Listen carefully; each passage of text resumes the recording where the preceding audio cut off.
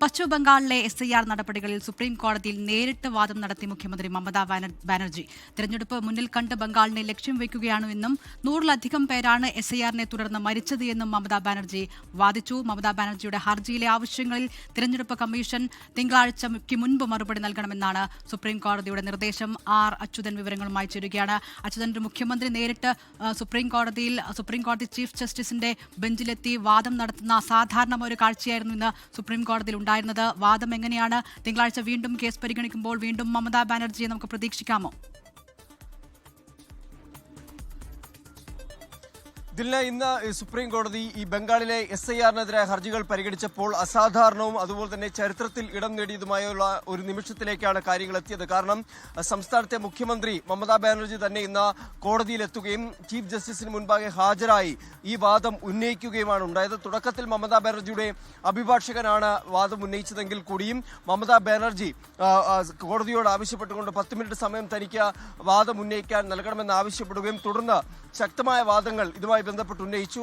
പാർട്ടിക്ക് വേണ്ടിയല്ല, ജനങ്ങൾക്ക് വേണ്ടിയാണ് താൻ ഇന്ന് കോടതിയിൽ എത്തിയിരിക്കുന്നത്. കമ്മീഷനിൽ നിന്ന് ഇതുവരെ നീതി ലഭിക്കുന്നില്ല.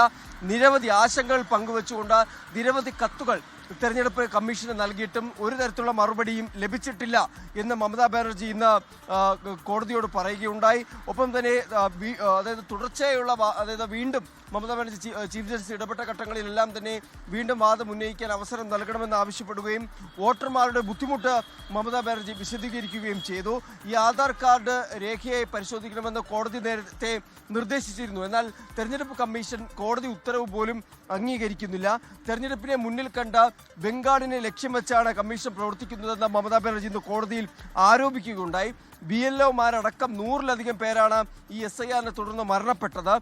ജനങ്ങൾ വീടുകളിൽ ഇല്ലാത്ത സമയം നോക്കിയാണ്, ആളുകൾ വീടുകളിൽ ഇല്ലാത്ത സമയം നോക്കിയാണ് നോട്ടീസ് നൽകിയത് അടക്കമുള്ള ആരോപണങ്ങൾ മമതാ ബാനർജി ഇന്ന് കോടതിയിൽ ഉന്നയിക്കുകയുണ്ടായി. തെരഞ്ഞെടുപ്പ് കമ്മീഷൻ ഇതിന് മറുപടി വാദം ഉന്നയിക്കുമ്പോൾ മമത പറഞ്ഞത് പച്ചക്കള്ളമാണ് തെരഞ്ഞെടുപ്പ് കമ്മീഷൻ കോടതിയിൽ പറഞ്ഞുകൊണ്ടിരിക്കുന്നത് എന്ന ഒരു വാദം മമതാ ബാനർജിയുടെ ഭാഗത്തു നിന്ന് ഉണ്ടായി.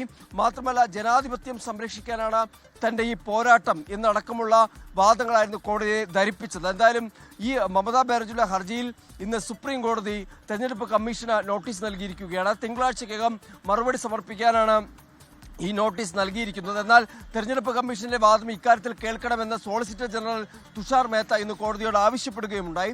വിശദമായ വാദം കേൾക്കാമെന്നാണ് സുപ്രീം കോടതി അറിയിച്ചിരിക്കുന്നത്. അങ്ങനെ തിങ്കളാഴ്ച ഈ കേസിൽ വിശദമായ വാദം കേൾക്കാനാണ് സുപ്രീം കോടതി തീരുമാനിച്ചിരിക്കുന്നത്. ലോകത്തെവിടെയായാലും ഏത് സമയത്തും 24 വാർത്തകളും ഓഗ്മെന്റഡ് റിയാലിറ്റി പാക്കേജുകളും എക്സ്പ്ലെയിനറുകളും വിശദമായി കാണാൻ ഞങ്ങളുടെ YouTube ചാനൽ നിങ്ങൾക്ക് സബ്സ്ക്രൈബ് ചെയ്യാം.